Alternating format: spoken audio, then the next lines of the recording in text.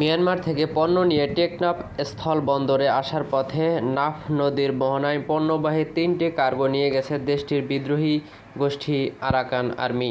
গত বৃহস্পতিবার দুপুরে বাংলাদেশ মিয়ানমার নাফ নদীর জলসীমা নাইংখংদিয়ায় তল্লাশির কথা বলে কার্গো জাহাজ ৩টি নিয়ে যায় গোষ্ঠীটি।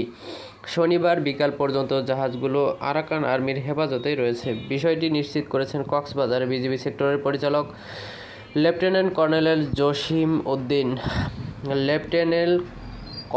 জসিম উদ্দিন বলেন, তল্লাশির নাম করে তারা জাহাজ ৩টি নিয়ে আটকে রাখে। এসব জাহাজে করে মিয়ানমার থেকে বৈধভাবে আমদানি করা নানা ভোগ্যপণ্য ছিল। বিষয়টি নিয়ে আমরা খোঁজ খবর নিচ্ছি।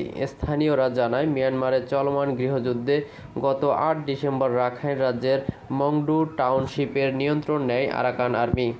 এরপর থেকে পণ্যবাহী কোনো জাহাজ মিয়ানমার থেকে টেকনাফ বন্দরে আসেনি। সবশেষ গত ৩ ডিসেম্বর মিয়ানমার থেকে টেকনাফ স্থলবন্দরে পণ্যবাহী জাহাজ আসে।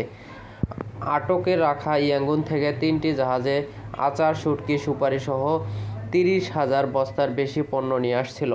বন্দর কর্তৃপক্ষ বলছে, মিয়ানমার থেকে পণ্যবাহী ৩টি কার্গো টেকনাফ স্থলবন্দরে আসার কথা ছিল বৃহস্পতিবার। স্থলবন্দরের এক কর্মকর্তা বলেন, মূলত আরাকান আর্মি রাখাইন রাজ্যের মংডু টাউনশিপের নিয়ন্ত্রণ নেওয়ার পর থেকে টেকনাফ স্থলবন্দরে পণ্যবাহী নৌযান আসা বন্ধ রয়েছে।